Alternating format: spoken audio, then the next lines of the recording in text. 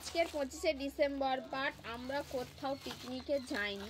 সেই জন্য কর্তামশাইকে বলেছিলাম বিরিয়ানি করব বাড়িতে। তাই দেখো এখানে চিকেন এনেছে, বাট চিকেনটা যা সাইজ করেছে এতে সেই বিরিয়ানি হবে, ছোট সেই কাচ্চি বিরিয়ানি বলে, সেই বিরিয়ানি হবে।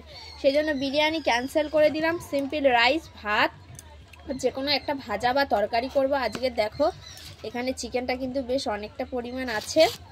এবার চিকেনটাকে সুন্দর করে এই জলে ধুয়ে নেব একবার। ওরা যেহেতু ধুয়ে কেটে একদম পরিষ্কার করে দেয়, তার সত্ত্বেও তো একটু ধুয়ে নিতে হয়, তাই না? তো এখানে চিকেনটাকে আমি জল নিয়ে নিয়েছি, তার মধ্যে পরিষ্কার করে করে ধুয়ে আবার চুবড়িতে রেখে দেবো। মুরগিটা কিন্তু বড় সাইজ, কেননা মেটেটা দেখেই বোঝা যাচ্ছে, দেখতে পাচ্ছ তো মেটের সাইজটা অনেকটাই বড়। আর এদিকে আমার ভাত বসে গেছে, তরকারি কি করব ভাবছি। চিকেনটা আগে পরিষ্কার করে নিই, তারপরে দেখি কি হয়। আবার আজকের বিরিয়ানির চাল এনেছে, বিরিয়ানির চালের ভাত খাওয়া হবে, বুঝলে বন্ধুরা। আবার চিলি চিকেন আর রুটি এনেছে, চিলি চিকেন আর রুটি খেলাম টিফিনে। মুরগিটা একটু তো পরিষ্কার করে নিতে হবে, তাই না? জলটা ছাপিয়ে গেছে, চিকেনটা অনেকটা যেহেতু। এদিকে ভাত বসিয়েছি, উনুনে একটু জাল ছেলে দিলাম। দেখো জলটা একদম ছাপিয়ে গেছে। এখানে চিকেনটা এখানে ধুয়ে ধুয়ে রেখে দিই। এই দেখো জলটা পড়ে গেল নিচে।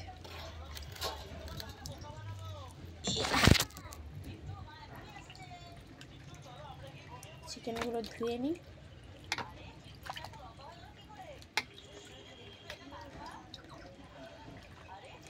বেশি ধুইতে হয় না, যেহেতু চিকেন ধোয়া থাকে, তো একটু জল দিয়ে পরিষ্কার করে ধুয়ে নিলেই হয়ে যায়।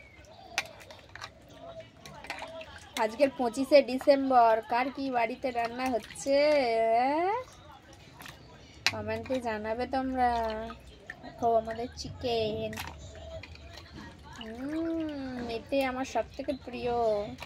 কারা কারা মেটে খেতে পছন্দ করো বলো তো? সব থেকে প্রিয়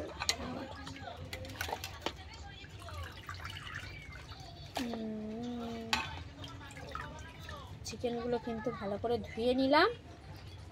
এবারে তাড়াতাড়ি রান্নাও করতে হবে। তাড়াতাড়ি রান্না করতে হবে না, কেননা সবাই টিফিন খেয়ে নিচ্ছে একটা বেশ ভালো। তাড়াতাড়ি রান্না না করলেও চলবে।